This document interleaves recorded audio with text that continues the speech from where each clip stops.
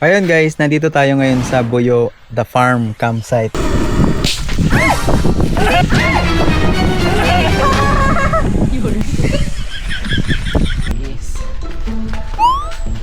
Ay, layo. Habang nagpuputol ako ng sanga na gagawin ko sanang panggatong sa aming bonfire ay biglang May bubuyog.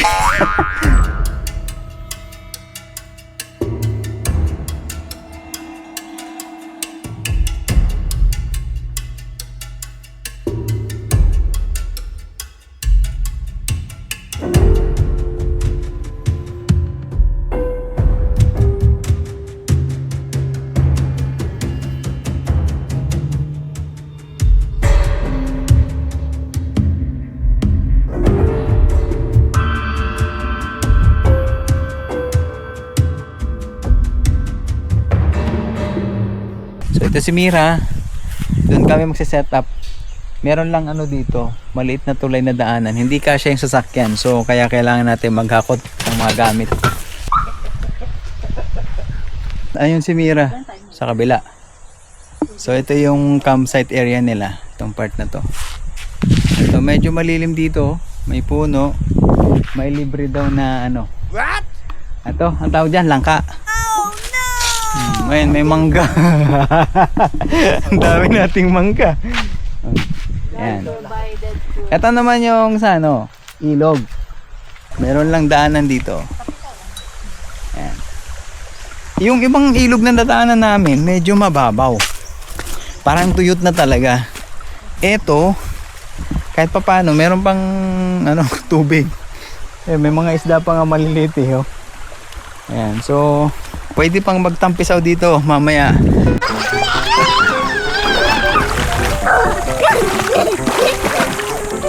Di ba 3 days tayo?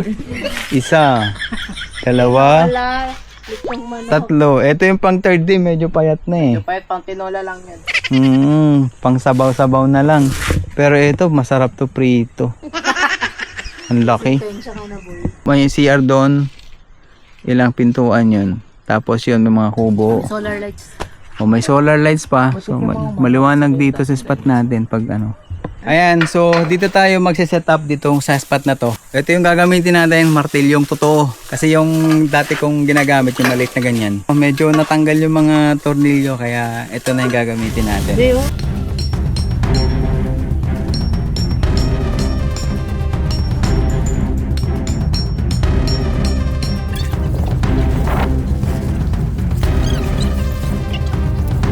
Three days and 2 nights. Ayos. dahil may nakita akong patay na sanga ng langka, naisipan ko siyang putulin.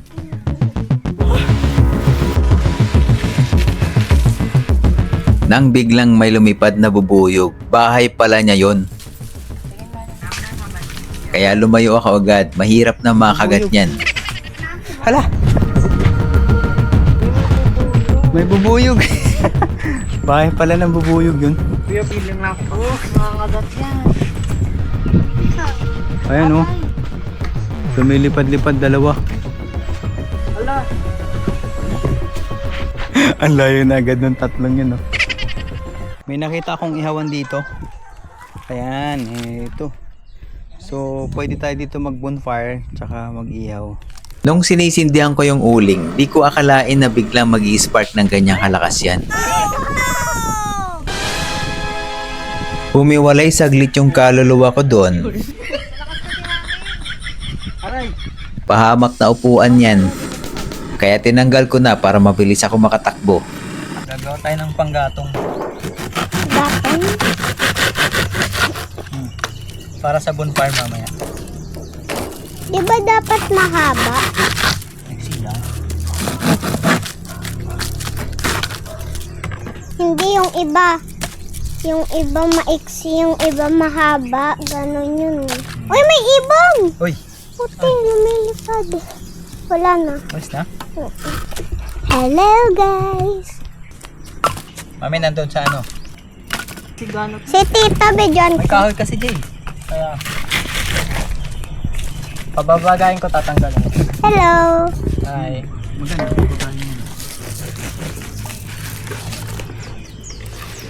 May nakita pa akong malalaking panggatong dito at napansin ko na mayroon ding butas, so possible na bahay din to ng bubuyog.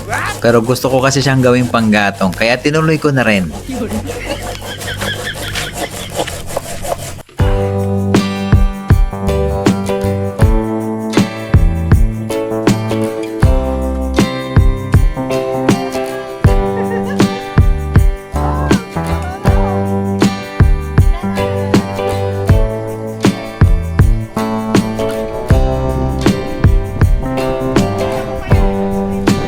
Ilang araw na lang.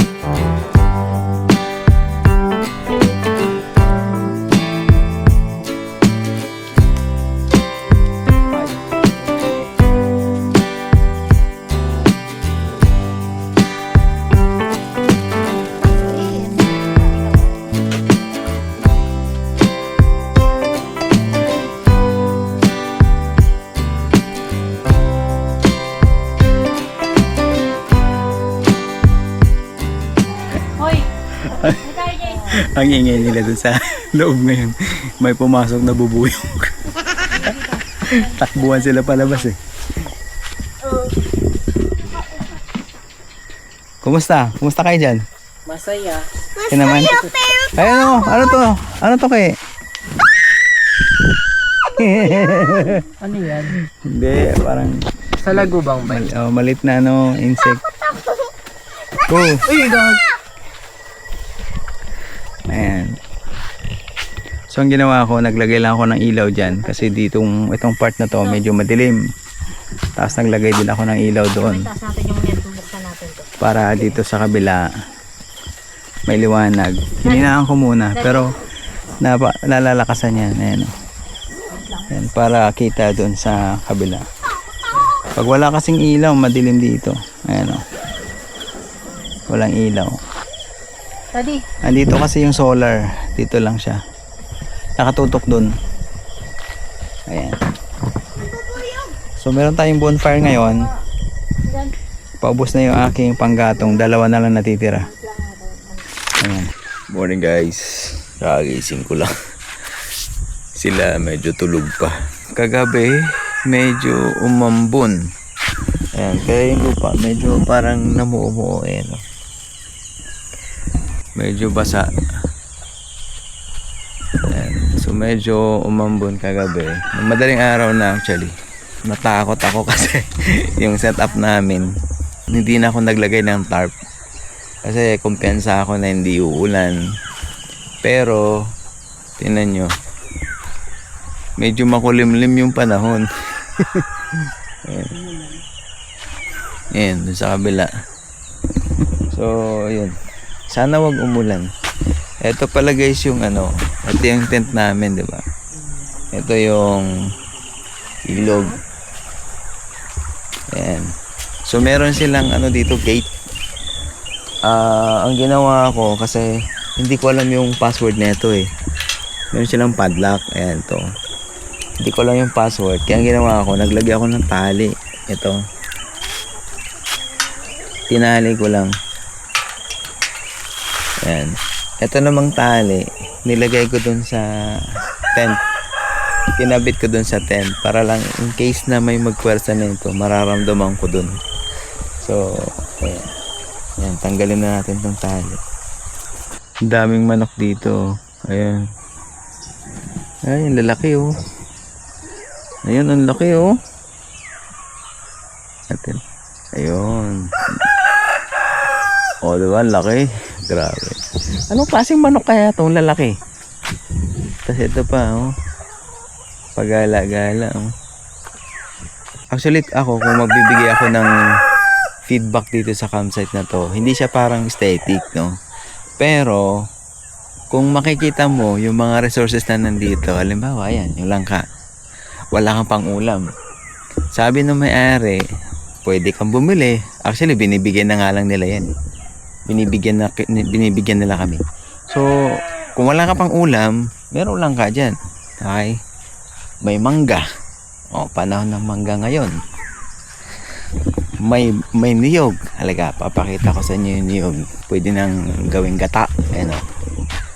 Ito. Tapos ang baba lang, di ba? Ayan. May niyog. Okay. Ano pa? Ayan, may mga niyog pa dun. Oh. Tapos may papaya. Nakita niyo yung papaya. May bunga din. Halika, pakita ko sa inyo. Ayan o. Ayan, papaya. Ayan si Mira sa likod. Ayan, sa kabila si Mira. May saging. Okay. So marami silang tanim dito. Kumbaga, survive. Doon sa sa Google Maps, kasi sa Google Maps tinitingnan namin yung reviews doon kasi mga pictures. Ito yung nakita kong mga pictures. Ito. Meron dito naka camp. So sabi ko, ay okay ito, malilim. Ito. Yun nga lang, I think ang isang kailangan yung pag-ingatan dito, etong mga sa gigilid. Kasi pwedeng may ahas, parang ganon, mga insects. Yun lang yung kailangan yung pag-ingatan, itong part na to. Hello! Gising ka na?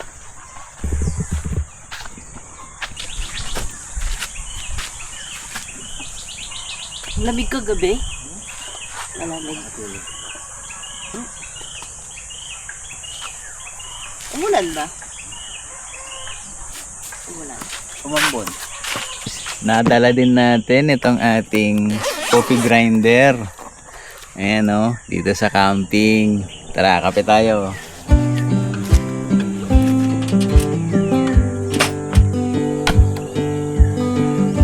Wala pang masyadong hangin ngayon, kaya hindi ako naglagay ng windshield.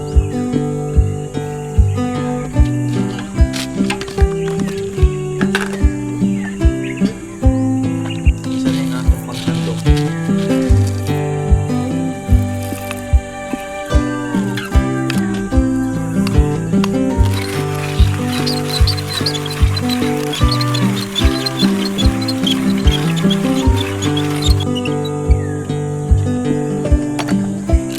Si Mami, yung kanyang kape, ito lang.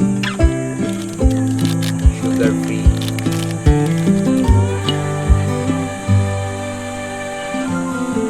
Ayan, sa mga coffee lovers, mag-high brew kayo dyan.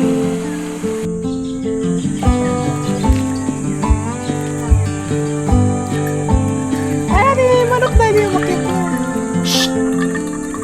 Kakain na.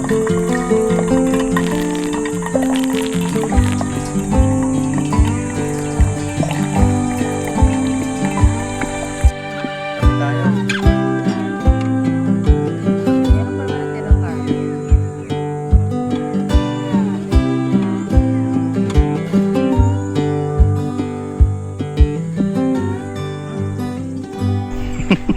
Mabigat? Wala kasing tubig doon, kaya dito kayo kumuha ng tubig. Ayan.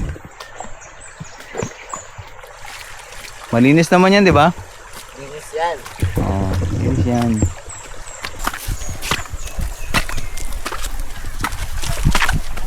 Ano gagawin natin dyan? Wala. Ha? lang. Lato? Si Aka yung tagahugas ng mangga. Tagahugas din mamaya na pinggan. Oo. Pagkatapos namin magagahan, sinulit na agad namin yung pagligo sa ilog.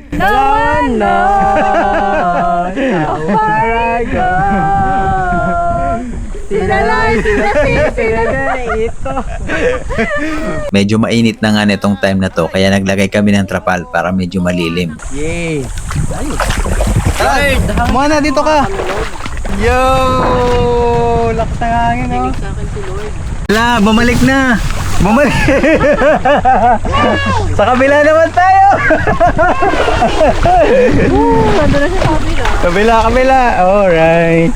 Yung hangin dito, pabaliktad, pabalik-balik. Ayun, balik-balik! Dito naman! Ano ba yan, Pipi? Yay! Ah.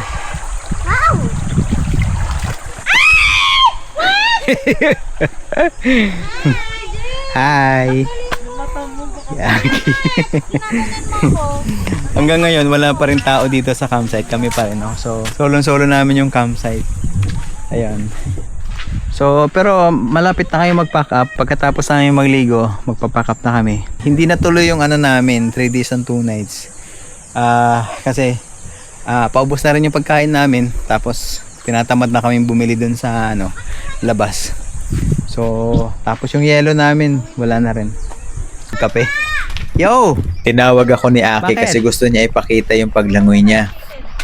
Uy! Aba! Marunong na. Sapa. Sabi niya na enjoy daw niya yung pagligo sa ilog. Yun nga lang, muntik na siya mauntog. Tumama? Tumama ka? Walang dugo? Ito, tumama din. Oh? Masakit na? Hindi naman? Oh. Ayan guys, pauwi na kami. Ayan yung Buyo. Buyo, the farm and villas, no. Meron silang campsite kasi tapos merong villas, no. Dito sa harap bibili kami ng yelo. Ayan, hanggang dito na lang guys. Salamat sa panonood.